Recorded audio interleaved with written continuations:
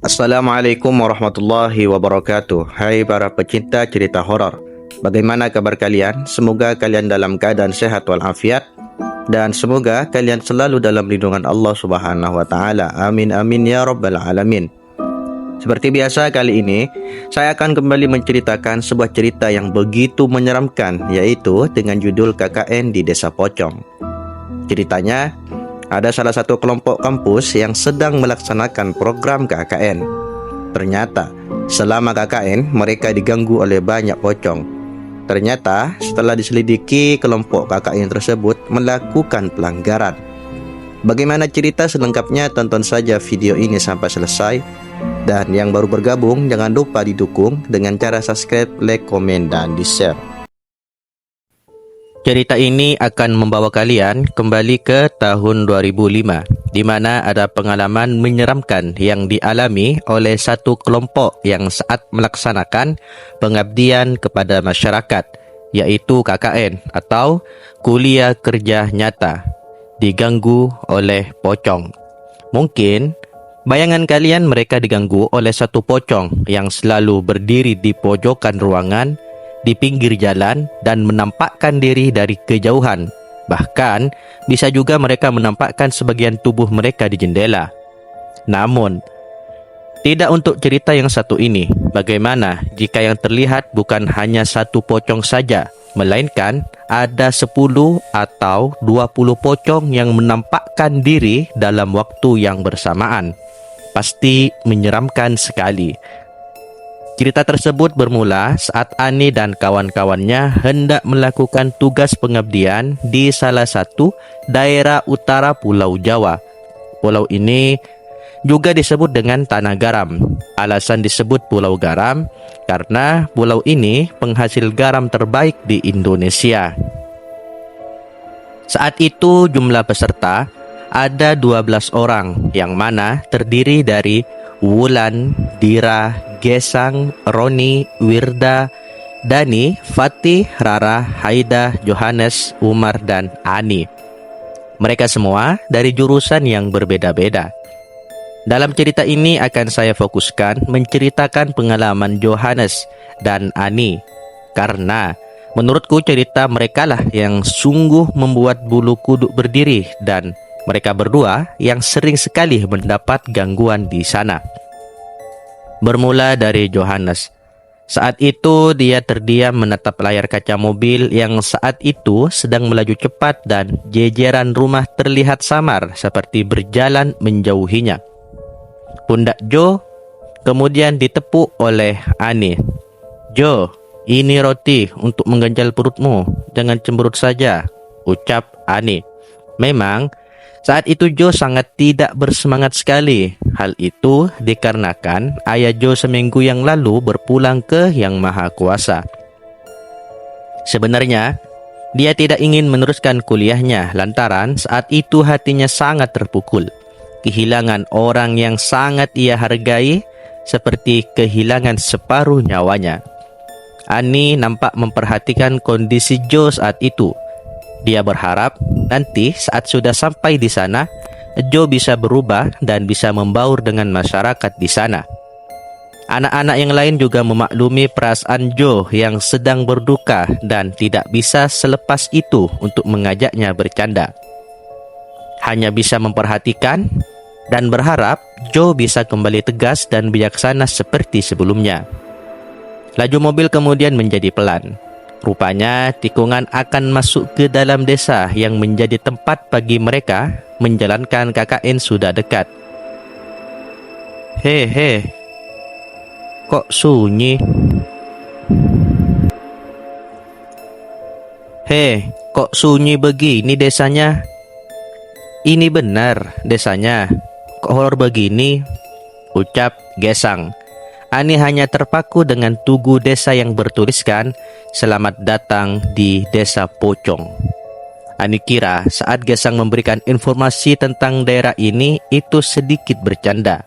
Karena menurut Ani sangat aneh saja dan sedikit lucu, ada sebuah desa yang seperti nama hantu yang sangat terkenal sekali, yaitu Pocong. Penampakan dari tugu sampai ke desanya sangat membuat bulu kuduk berdiri. Ani hanya memperhatikan sekitar ketika tidak ada penduduk yang lalu lalang, bahkan seliweran. Desa tersebut sungguh di luar perkiraan mereka. Mereka membayangkan desa yang mereka datangi seperti desa pada umumnya. Meskipun tidak ramai, tetapi masih ada warga yang berlalu lalang. Ani yang melihat kanan dan kiri masih pepohonan dan juga banyak sekali tanaman bambu hanya bisa terdiam. Tiba-tiba, Ani seperti melihat sesuatu yang nampak sedang memperhatikan laju mobil mereka. Dia melihat sebuah gumuk atau tanah yang tinggi dan terlihat beringin besar berada di sana membuat Ani bertanya-tanya. Sebenarnya, desa seperti apa yang akan mereka singgahi ini?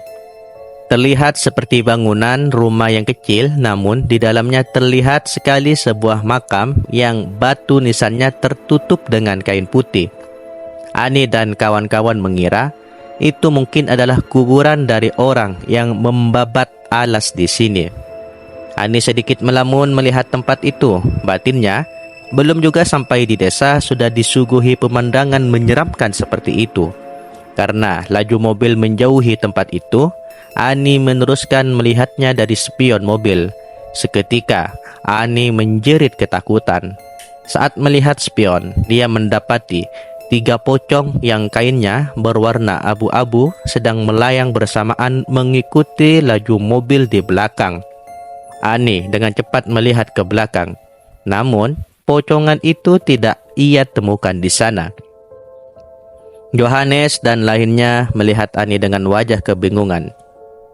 Mencoba memahami Ani yang sudah panik dan tidak bisa dikendalikan, akhirnya dia berdiri dan kemudian menepuk pundak temannya itu.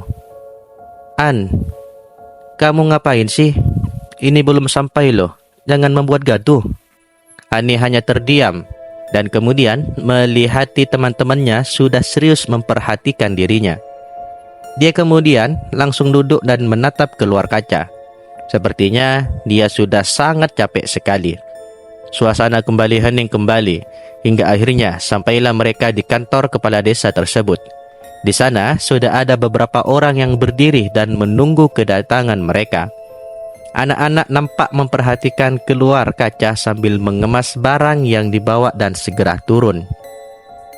Terlihat 3 orang laki-laki yang memakai sarung rapi dan bapak berkumis memakai baju putih sedang berdiri dan memperhatikan mereka. Rupanya beliau adalah Pak Ilham selaku kepala desa tersebut. Kemudian 2 orang yang berdiri di samping kiri dan kanannya itu adalah Pak Rafiq dan Pak Husen, yang mana mereka berdua yang akan menjadi penanggung jawab dan pendamping kita selama masa KKN di sana. Johannes saat itu tersenyum tanpa henti. Entah apa yang membuatnya seperti itu. Ani yang merasa tidak enak dengan sikap Johannes, akhirnya dengan cepat memukul tangannya dan menyuruhnya untuk berhenti tersenyum. "Iya kali ya, kok aneh banget. Pakai sarung di acara begini tuh lucu banget deh. Gak panas apa?" ucap Jo. Ani yang mendengar perkataan Jo yang sangat tidak sopan langsung melotot dan memberi tanda agar jangan berkata yang aneh-aneh lagi di tempat orang. Namun, balasan sikap Jo sangat meremehkan sekali. Ani sudah merasa tidak enak karena sikap Jo tidaklah seperti biasanya. "Selamat datang adik-adik," ucap Pak Ilham. "Terima kasih Bapak sudah menyambut kita dengan ramah di sini. Mohon bimbingannya selama kami mengemban tugas sementara di sini," ucap Ani. Pak Ilham mengangguk. "Nanti kalian akan sering bertemu dengan Pak Rafiq dan Pak Husen selama berada di sini. Pak Husen akan membantu kalian untuk memberitahu tiap-tiap lokasi di sini. Pak Rafiq akan membantu untuk keperluan apapun kalian di lapangan," ucap Pak Ilham. Mereka dengan senang hati mengangguk. "Pesan Bapak hanya satu untuk kalian selama ada di sini. Di sana," dengan menunjuk jempol tangannya ke arah ujung, "ada makam pujuk. Pujuk di sini sama dengan makam keramat, yaitu makam yang babat alas di desa ini dahulu kala. Kalian dilarang untuk meludah sembarangan di daerah sana ya. Kalian wajib hati-hati karena yang kalian paham di sini Di sini masih banyak sekali hutan dan kawasan di sini masih bau wingit. Jelas Pak Ilham. Jo hanya tertawa mendengar hal itu. Dia hanya membatin, kapan akan maju jika sedikit-sedikit percaya dengan hal-hal yang berbau gaib. Jo kemudian mendekati Ani dan berbisik, "Perlu dicoba," ucap Jo pelan. Ani melihat Jo dengan tatapan yang kesal. Gesang yang melihat tingkah laku Jo yang sedikit selengekan sejak turun dari mobil langsung mendekati Ani, memastikan bahwa pikirannya dan Ani sama terkait Jo yang sudah bertingkah aneh sejak datang ke sini. Pak Husen yang sedang berjalan mendampingi mereka dengan pelan melirik kepada Jo. Tatapan aneh Pak Husen kepada Jo terlihat jelas oleh Ani. Tangan Pak Husen yang sedikit gemetar disembunyikan olehnya. Ani terus melirik ke arah Pak Husen. Sepertinya ada yang dilihat dalam tubuh Jo olehnya. Entah apa itu. Ani sangat penasaran sekali. Pak Husen kemudian berjalan cepat dan menunjukkan salah satu rumah yang mana akan menjadi tempat tinggal sementara mereka di sana. Ani sangat amat terkejut sekali. Ada 2 rumah yang berjejer rapi, yang mana rumah tersebut satu halaman. Namun, menurut ayah ibunya, memang bentuk khas dari rumah di desa ini semua begitu. Halaman lebar menjadi 1 untuk 2 ataupun 3 rumah. Yang sebelah kiri itu untuk yang putri dan yang sebelah kanan untuk yang putra. Kamar mandi sendiri dan berada di sana, ucap Pak Husen. Seketika Jo langsung berlari dan meninggalkan teman-temannya yang saat itu masih berdiri di halaman rumah.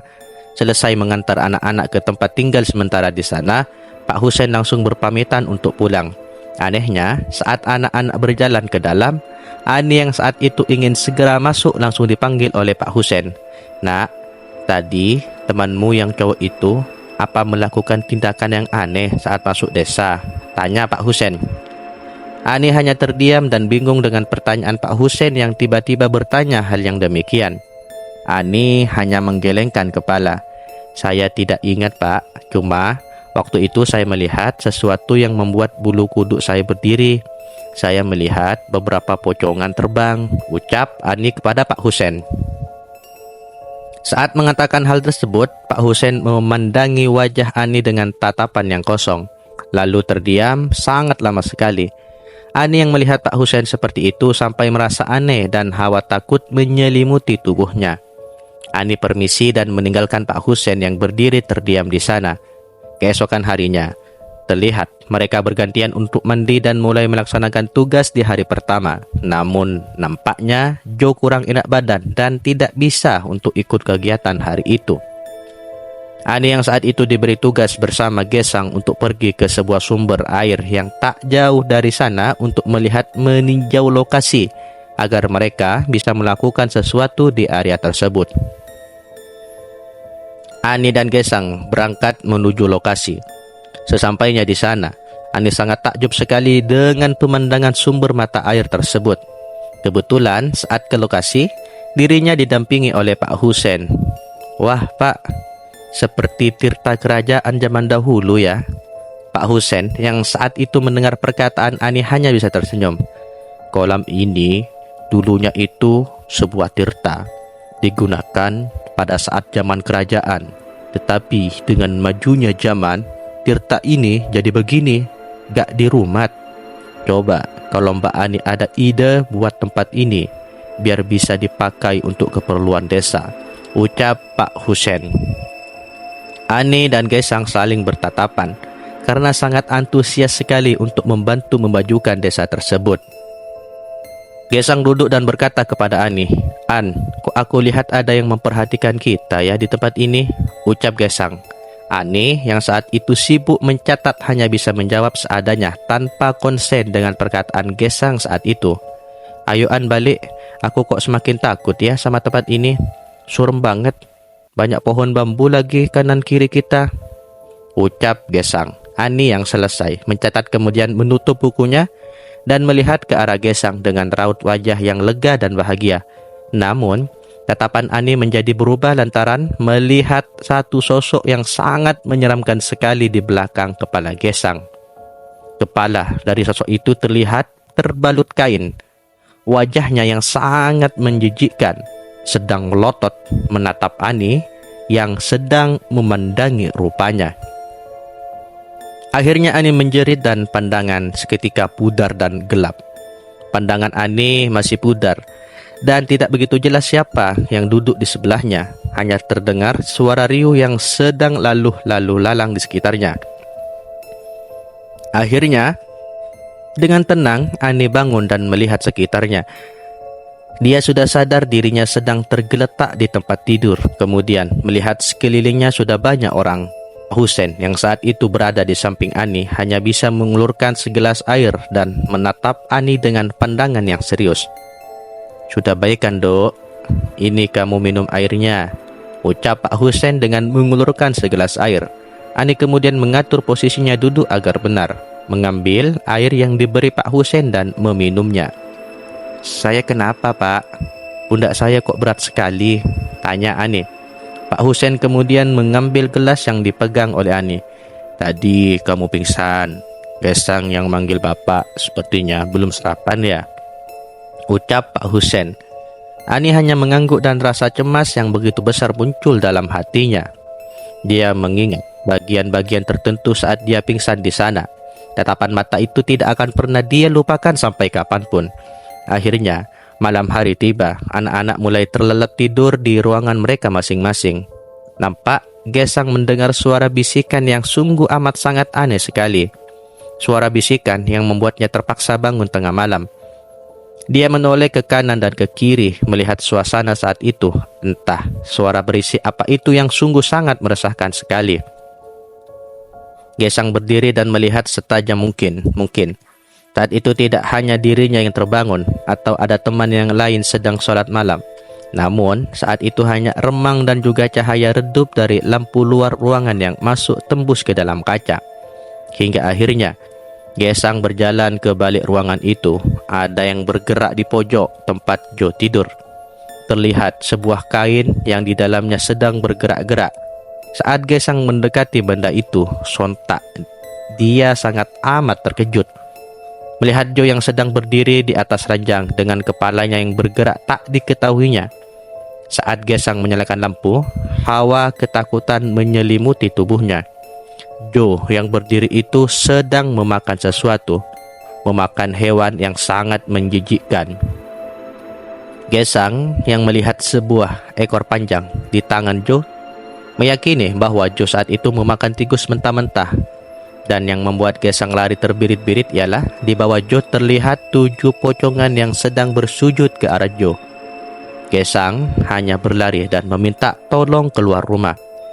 Ramai orang yang sedang berdiri di depan ruangan putra karena kejadian itu membuat geger dan kaget tetangga sekitar. Maka hal itu menjadi masalah bagi warga dekat di sana. Pak Husein saat itu memperhatikan Ani dengan tatapan yang tajam.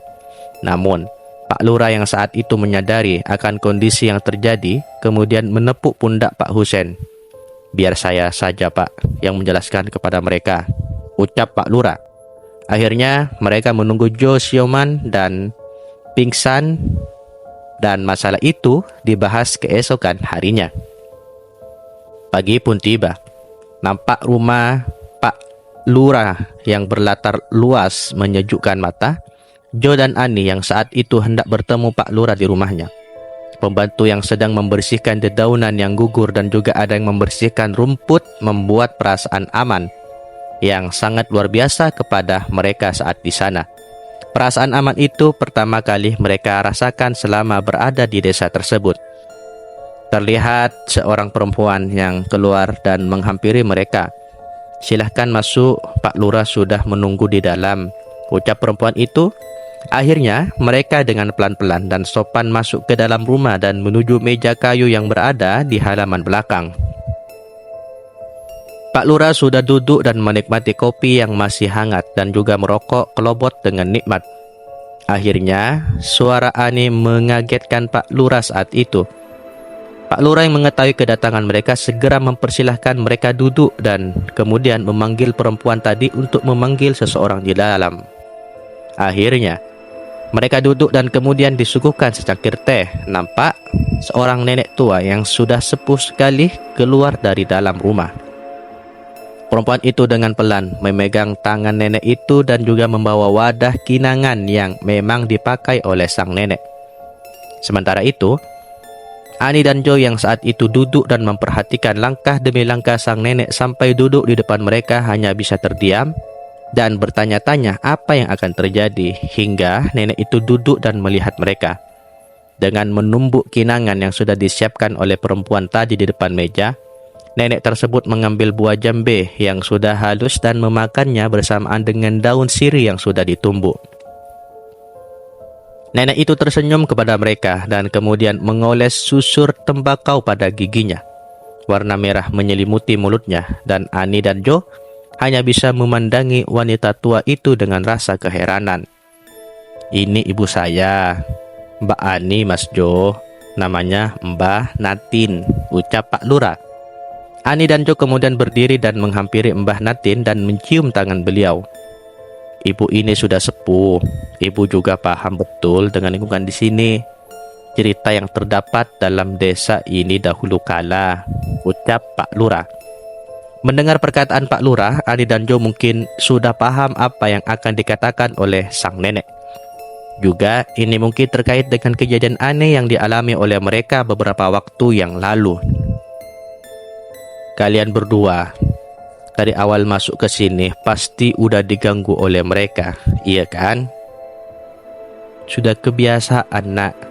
Kalau di sini ada yang niat tidak baik, bakalan apes, bakalan sial," jelas Mbah Natin.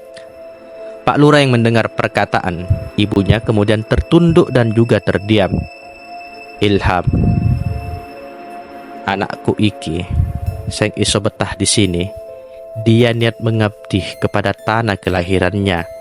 Kakak-kakaknya saja lebih memilih mencari rezeki di luar daerah. Tetapi aku tidak bisa memaksa dirinya. Kalau memang mau mengabdi, resikonya besar. Belum lagi kalau sudah berurusan dengan adat yang sudah jadi paku bumi di desa ini," ucap Mbah Natin. Setelah itu Ani dan Jo mencoba mengingat apakah ada niat jelek yang saat itu terucap dalam hatinya sehingga penghuni di desa tersebut tidak menyukai keberadaan mereka di sana. Hingga Jo berdiri dan mendekati Mbah Natin, kemudian duduk di bawah kakinya. "Mohon maafkan saya, Mbah. Memang saat masuk desa saya punya pikiran jelek. Saat ini memang pikiran saya amburadul dan tidak bisa dikontrol karena baru saja dirundung duka. Saya sampai memikirkan cara bagaimana caranya bisa menghilangkan kesedihanku. Hingga saat di mobil saya melihat salah satu anggota KKN dan berpikir untuk mengajaknya berkencan dan berusaha menidurinya. Tapi serius itu tidak hanya sekitar batin, Mbah. Tidak ada niat lain," jelas Jo. Pak Lurah hanya bisa tersenyum kecil dan juga tertawa mendengar perkataan Jo. Kemudian, nenek yang sudah mendengar penjelasan Jo akhirnya melihat Ani yang sedang kebingungan lantaran masih mengingat-ingat apa yang sudah dia lakukan hingga diganggu saat itu. Hingga akhirnya dia melihat nenek dan teringat sesuatu. "Ngapunten, Mbah, aku ingat sesuatu yang saat itu menurutku adalah kesalahan. Hingga sampai saat ini saya diganggu mereka. Saat di sumber air, saya ada pikiran yang jelek saat itu. Saat itu, memang ada tersirat untuk melakukan hal yang tidak baik bersama Gesang setelah tugas di sana selesai. Tapi, kami tidak sampai ingin melakukannya, Mbah. Saya hanya ada pikiran untuk berciuman saja dengan Gesang," ucap Ani. Setelah mendengar penjelasan mereka, Nenek Ngatin menceritakan sejarah desa tersebut. Kemudian mereka berdua dan juga teman-teman mereka yang sedang mengemban tugas di desa tersebut diamanahi untuk lebih berhati-hati sampai tugas mereka selesai. Hingga amanah tersebut mereka pegang dan melaksanakan tugas dengan baik sampai selesai. Saat acara perpisahan dimulai, Ani melihat sesuatu saat Pak Lurah dan juga warga mengantarkan mereka. Ani menutup mulutnya untuk tidak berteriak. Ani melihat banyak sekali pocong yang berjejer di belakang Pak Lurah dan juga warga yang sedang melambaikan tangan kepadanya. Ani dengan cepat duduk dan juga memejamkan matanya, berharap apa yang dilihatnya itu hanya mimpi. Setelah itu mereka pulang ke rumah masing-masing.